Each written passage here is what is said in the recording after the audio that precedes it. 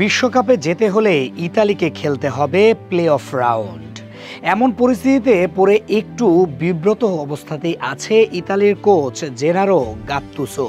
সম্প্রতি লাতিন আমেরিকার ফুটবল নিয়ে একটি নেতিবাচক মন্তব্য করেন তিনি, যেখানে এই কোচ বলেন এটা ঠিক না যে লাতিন আমেরিকার দেশগুলো এত সহজে কোয়ালিফাই করতে পারে।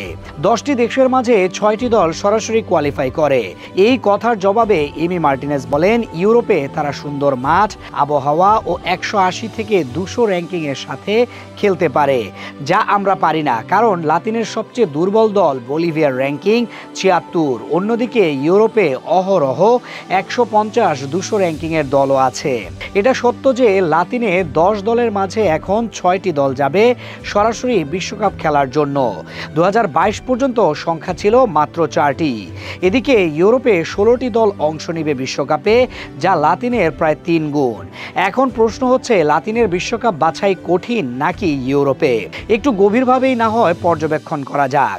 ইউরোপে প্রায় সব দেশের মাঠের অবস্থা প্রায় একই রকম এবং আবহাওয়ার নেই কোনো পার্থক্য, যার কারণে প্রতিটি দেশ যেখানেই খেলতে যায় সেখানেই সুন্দর ফুটবল উপহার দিতে পারে, তাদের কোনো সমস্যায় পড়তেও হয় না।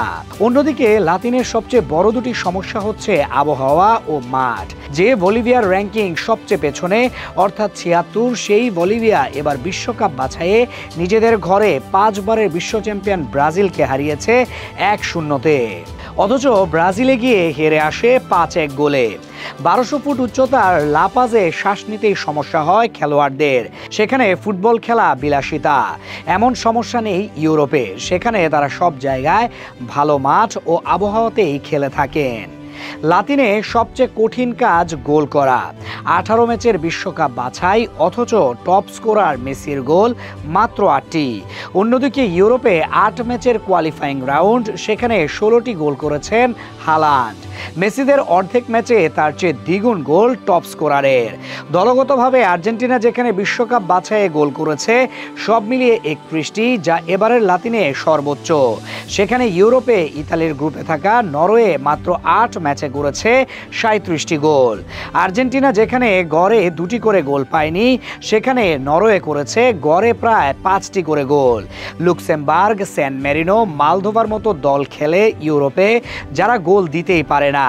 আর লিচেনস্টাইন এবার বিশ্বকাপ বাছাইয়ে কোনো গোলই করতে পারেনি। এই হচ্ছে ইউরোপের বিশ্বকাপ বাছাইয়ের অবস্থা। প্রতিটি গ্রুপ আলাদা করে দেওয়ার কারণে সেখানে বিশ্বকাপ বাছাই কঠিন মনে হয়। তবে বাস্তবতা হচ্ছে বেশিরভাগ গ্রুপ তৈরি করা মাত্র একটি ভালো দল দিয়ে, যাতে অনায়াসেই তারা চলে যায় বিশ্বকাপে।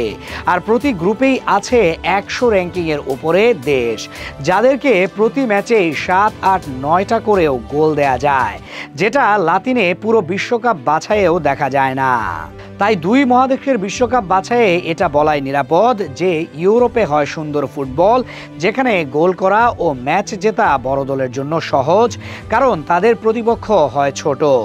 আর লাতিনে হয় বাজে মাঠে বাজে ফুটবল, তবে সেখানে বড় দল হিসেবে সুবিধা নেওয়ার সুযোগ নেই।